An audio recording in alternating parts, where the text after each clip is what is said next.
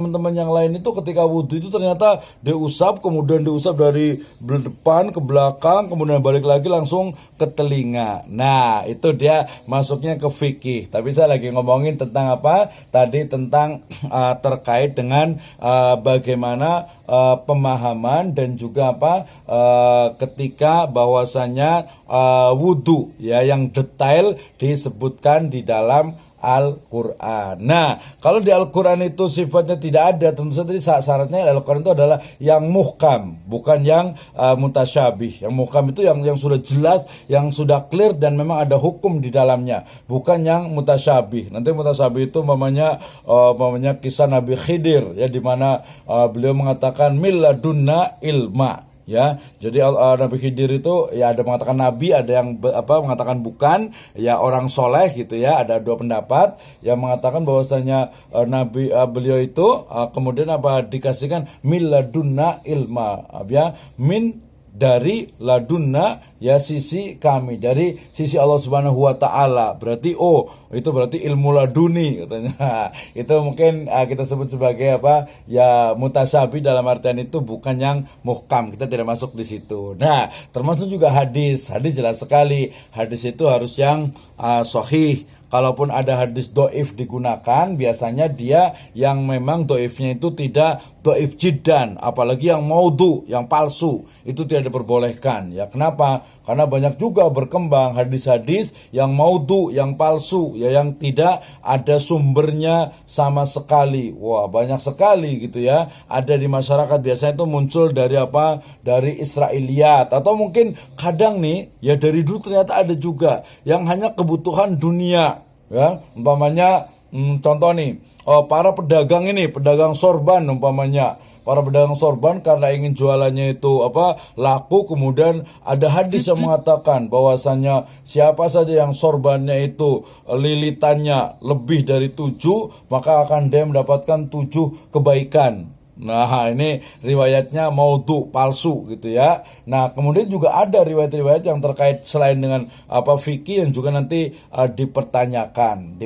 Contohnya kita mengenal setelah Nabi Adam itu ada katanya Nabi Syit katanya ya, ada Nabi Syit katanya, padahal riwayatnya itu juga dipertanyakan. Oke, yang pasti hadis itu sahih. Kalaupun doifnya itu adalah tidak doif jidan karena ada syawahidnya, ada penolongnya. Kemudian yang paling penting adalah metode ijtihad nih yang banyak digunakan, yaitu tadi ada qiyas ya, atau ijma dulu. Ijma itu berarti adalah kesepakatan para ulama terkait dengan dengan permasalahan-permasalahan baru yang belum pernah terjadi sebelumnya. Ya, umpamanya di Indonesia sekarang ya kayaknya sepertinya sudah mulai menjadi kesepakatan ya, kalau dikatakan tadi fatwa atau ijma bahwasanya bunga bank itu adalah haram. Kemudian bolehnya sekarang itu wakaf uang atau wakaf tunai. Ya, bolehnya juga sekarang bayar zakat itu umpamanya zakat fitrah di Indonesia ini dengan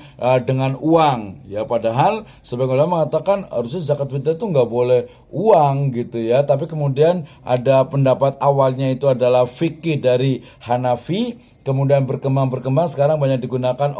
Ternyata Majelis Ulama Indonesia juga membolehkan. Berarti bisa dikatakan misalnya menjadi ijma nih, boleh kalau mau zakat fitrah itu dengan dengan uang. Kemudian ada kias, ada analogi ya. Analogi itu berarti mengkiaskan satu masalah yang dulu yang sekarang terjadi dengan perkara dulu yang hampir yang sama gitu ya, yang sama. Contohnya kalau sekarang itu sekarang berkembang namanya uang digital ya, maka dulu itu kan ada uang kertas. Uang kertas itu sebenarnya tidak sesuai antara nilai intrinsik dengan nilai ekstrinsiknya. Tetapi kemudian karena umat semua menggunakan, ulama juga awal-awalnya nggak boleh, kemudian lama-lama membolehkan, sehingga kemudian menjadi boleh. Nah, ketika kita membolehkan uang kertas atau fiat money itu, maka kalau kita menggunakan dalil metode ijtihad dengan qiyas, maka kita juga membolehkan adanya uang digital.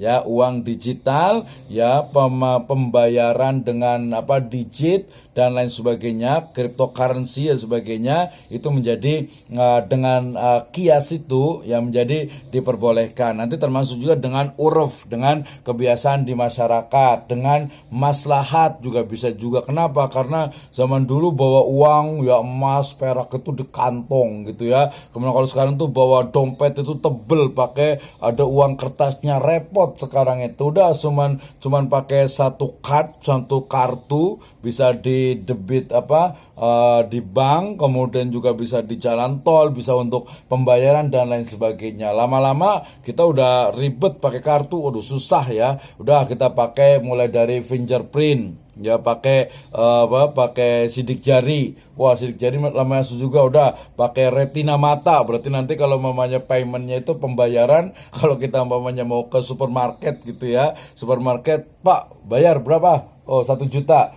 Tinggal gini aja, tinggal mata, tinggal ya langsung di scan matanya, retina matanya, langsung bayar. Wah, itu berarti udah uang itu udah nggak kelihatan lagi, sudah dalam bentuk digit semuanya gitu ya. Ini juga bagian ada maslahah, ada kias, ada istiksan, ada syar'u man qablana, ada saddu dzari'ah, menolak atau mencegah dari dari mafsadah, ada daf'ul mafasid. Nah, dari sini kemudian ya dari sumber, kemudian juga pemahaman kita sudah tahu. Nah, berikutnya adalah dari sisi statis dan dinamisnya.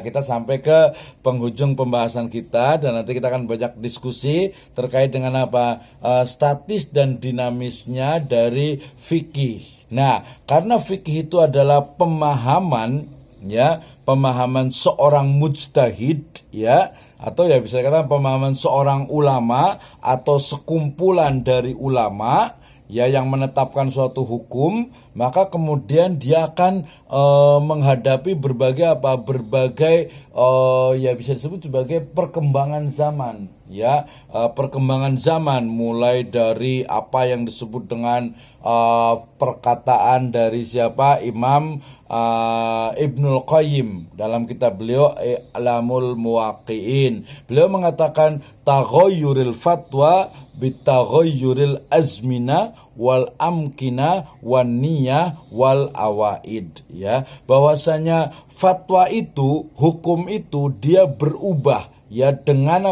dengan perubahan zaman, dengan perubahan waktu, dengan juga niat dan juga awaid, ya, adat kebiasaan atau sesuatu yang berproses di masyarakat. Nah, tetapi ada juga yang sifatnya itu fikihnya itu statis, ya. Ini dasarkan kepada sabda Nabi SAW dalam riwayat dari Bukhari dan Muslim yang mungkin sudah kita sering dengar dan agak-agak memang sedikit kontroversi, ya. Beliau bersabda, Rasulullah SAW bersabda, man ahdatsa fi amrina hadza ma laisa minhu fahuwa raddun.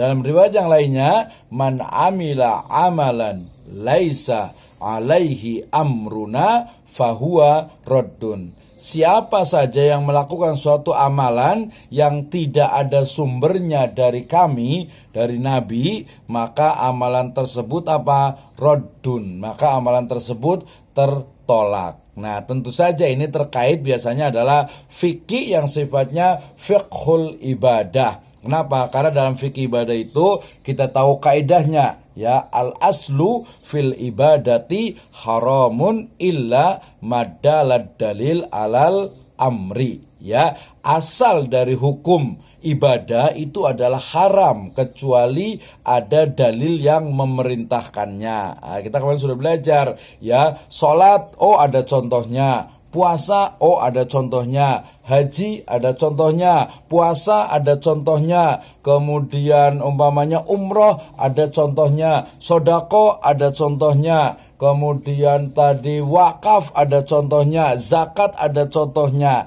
Nah, yang tidak ada contohnya itu yang tertolak, tidak boleh kita lakukan. Itu kalau dalam masalah ibadah. Tapi kalau dalam masalah muamalah, maka nanti sebaliknya, al aslu fil muamalah al ibaha. Asal dari hukum muamalah itu adalah boleh, kecuali hatta yadulud dalil ala tahrim, ya, atau ala nahi, kecuali sampai adanya dalil yang mengharamkannya. Sehingga sebenarnya semua muamalah itu boleh, tapi kalau ada yang haram, kenapa sih? Sebenarnya hukum asal nabung di bank konvensional itu boleh, tapi kemudian ada larangan haram. Kenapa? Karena ada unsur riba di situ, ada unsur juga ta'awun alal ismi wal udwan. Nah, ya, itu berarti apa? Oh, ada dalilnya, walaupun muamalah itu boleh, tapi ada larangannya. Ya, kenapa kita nggak boleh umpamanya multi level marketing yang konvensional? Ya, karena di sana itu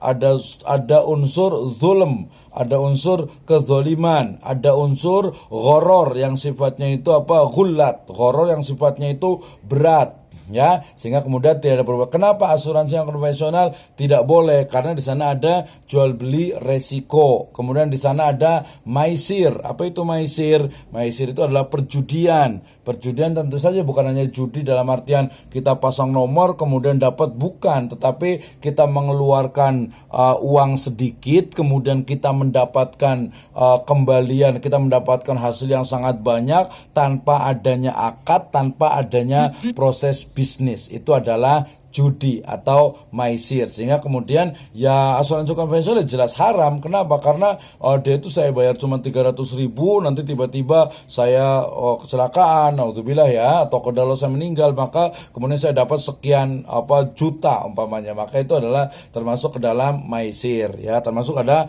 gorornya juga di situ. Nah, kemudian tadi ada yang fikih ya, yang fikih ada yang statis, tadi ada juga yang dinamis. Kenapa? Karena sebuah kaidah dikatakan al hukmu yaduru ma'a illatihi wujudan wa adaman. Hukum itu berputar berdasarkan ada tidaknya ilat hukum. Jadi hukum bisa haram, bisa halal, tergantung kepada ilatnya, tergantung kepada sebabnya. Seseorang yang umpamanya hukum menikah itu hukum asalnya adalah ada mengatakan mubah, ada mengatakan sunnah, ya. Hukum asal itu adalah mubah, tetapi bisa menjadi wajib, ya, bisa menjadi makruh bahkan, atau bisa menjadi haram juga. Nah, ini juga berlaku juga kaidah al-islamu salihun likulli zamanin wa makanin, ya, bahwa Islam itu tetap relevan, ya, untuk segala waktu dan tempat. Sehingga saya selalu mengatakan bahwa Islam itu adalah cocok sesuai untuk dilaksanakan kapan saja, di mana saja, oleh siapa saja, dan dalam keadaan bagaimanapun. Contohnya, ketika saya kemarin membahas ada tentang bagaimana muslim minoritas di Singapura, ternyata di tengah himpitan negara yang sekuler, mereka tetap eksis, mereka tetap ada, ya, dengan segala keterbatasannya. Mulai dari azan itu nggak boleh pakai speaker kecuali di masjid Sultan yang di tengah kota Singapura itu. Kemudian juga yang sekarang menarik itu ya physical distancing itu, ya, saya agak-agak bukan lucu sih, tapi ya memang karena mudorotnya lebih banyak sehingga tapi kayaknya di masjid sini kayak social distancing nggak kemarin itu, ya, saya agak lupa tuh, ya, kayaknya udah lama juga nggak sholat di situ, ya. Nah, itu termasuk tadi juga fikih juga sholat berjamaah. Sholat berjamaah itu kan sholat berjamaah itu sebenarnya kan mengatakan itu wajib, tapi wajibnya itu adalah wajib fikih. Sehingga kemudian ketika mudorotnya banyak, sehingga kemudian ya sholat di rumah itu diperbolehkan. Nah, tadi termasuk juga merapatkan shaf. Merapatkan shaf itu adalah bagian dari fikih, ya, sehingga kemudian kalau lurus kan beda nih. Sawu sufufakum, luruskan. Nah, ketika rapatkan itu nanti pendapatnya sampai ada yang agak sedikit, pendapatnya agak sedikit tekstual, ya. Biasanya revivalis itu biasanya memang dia cenderung harus mata kaki dengan mata kaki, pundak dengan pundak, sampai ada yang kesempitan dan lain sebagainya. Ya, kalau ada mudaratnya nggak bagus juga, tapi ya tawasud, ya, wasoti, ya, pertengahan saja, bahwa rapat itu betul, tetapi tapi rapatnya tidak sampai kepada mengganggu temannya. Kemudian juga karena itu adalah fikih, maka sekarang dengan adanya physical distancing, maka ya sholatnya sampai berjarak gitu ya, 1 meter, bahkan ada yang jauh gitu ya. Tadi kalau di masjid ini pakai physical distancing nggak ya? Pakai ya, iya berarti itu melaksanakan, berarti tahu nih jamaahnya kan luar biasa sekali di masjid sini nih. Nah itu berarti dari sisi fikihnya, termasuk sebenarnya kita sedih juga tuh sholat Jumat nggak bisa. Saya nggak sholat Jumat itu waktu ya awal-awal pandemi itu sekitar 3 atau 4 ya. Kayaknya lebih deh, sekitar 1,5 bulan itu saya nggak sholat Jumat itu. Kemudian juga sholat Idul Fitri juga sedih banget di rumah gitu ya. Nah itu kan nggak enak, tapi karena itu fikih dan ada mudorotnya, yang wajibnya itu adalah sholatnya, sementara di musola itu adalah sunnah. Musola kalau sholat di masjid itu adalah sunnahnya, ketika tidak ada apa-apa bisa menjadi wajib. Itulah yang kemudian disebut dengan apa, fikih yang terus berubah, fikih yang terus bergerak sesuai dengan perkembangan zaman. Ada niat, ada kebiasaan, ada waktu dan tempat. Kalau dalam jual beli banyak sekali ya. Kita ingat sekali dulu waktu kecil itu, saya biasanya itu ada beberapa tetangga atau orang agak jauh itu yang minta bunga, biasanya minta rumput umpamanya. Yalah, rumput ngapain sih dijual gitu ya. Oh, bunga kok ngapain dijual. Tapi saya tinggal sekarang di daerah Ciapus, ternyata rumput juga dijual ya, bukan per meter malah ya, per senti kalau salah itu. Kemudian juga apa, bunga juga per lembar, bukan per lembar, per daun gitu ya. Nah itu juga dari perubahan, termasuk juga tadi yang terkait dengan pajak juga mengalami perubahan, di mana dulu itu ternyata berbeda dengan sekarang. Waktu, tempat, keadaan, kebiasaan dan lain sebagainya itu mempengaruhi dari fikih yang terus berubah. Buku saya terbaru yang di penerbit Adab itu judulnya adalah Mari Ziarah Kubur. Itu tentang bagaimana kita melakukan ziarah kubur. Jadi kalau ziarah kubur itu ternyata bisa mendatangkan kebaikan ya, karena memang betul tadkiratul maut, maka ya mari kita berziarah kubur biar tadkiratul maut. Tetapi tentu saja dilihat atau perhatikan adab dan juga tata caranya. Jadi semakin berubah. Kalau zaman dulu beda banget kuburan di Indonesia dengan di Saudi, pasti berbeda sekali. Lebaran, Idul Fitri di berbagai negara itu berbeda. Sholat tarawih juga berbeda. Ya, ketika saya di Jawa, ya di Jawa maksudnya itu di Pulau Jawa, ya kita tahunya itu, mohon maaf agak mungkin ya bukan golongan ya. Jadi ada yang sholat 23 rakaat cepat, kemudian dia biasanya pakai sholawatan. Kemudian ada juga yang sholat itu tarawih itu ya, tarawih itu ada yang 11 rakaat nggak pakai apa-apa, ada yang pakai khutbah, ada yang tidak. Ketika saya sholat tarawih di Bintan sana, di Bintan dekat Batam itu, ternyata ini ada ya gabungan. Jadi dia sholatnya itu 11 rakaat, tetapi dia juga pakai solawatan ya. Solawatan itu ada yang dari mulai Khalifatul Ula Abu Bakar As-Siddiq radhiyallahu anhum ya. Kemudian kedua nanti ada Khalifatul Tsani Umar bin Khattab radhiyallahu anhu ya. Dan ini kayaknya kombinasi dari keduanya. Menarik juga nih. Nah artinya memang betul terus berubah, termasuk mungkin kaitan dengan sedikit tentang hijab umpamanya ya, tentang hijab. Kalau kita lihat tokoh-tokoh kemerdekaan kita ya, di awal mungkin ada Pak Muhammad Nasir, ada Hamka ya, dan ulama-ulama yang lain pada masa lalu itu istrinya itu sebagian ya ada yang nggak pakai jilbab gitu ya, ada yang dia pakai kerudung biasa. Kemudian kita mengenal jilbab syar'i itu ya setelah revolusi Iran tahun 79. Ya walaupun setelah itu ya dari Middle East juga banyak pengaruhnya, sehingga kemudian kita mengenal sekarang ada hijab syar'i. Dan juga kita mengenal kalau di pergerakan itu dari mulai awal gitu ya, awal kemerdekaan, kemudian masuk dari teman-teman di Tarbiyah, kemudian juga masuk lagi gerakan-gerakan dari pembaharu Muhammad Rashid Ridho, masuk ke berbagai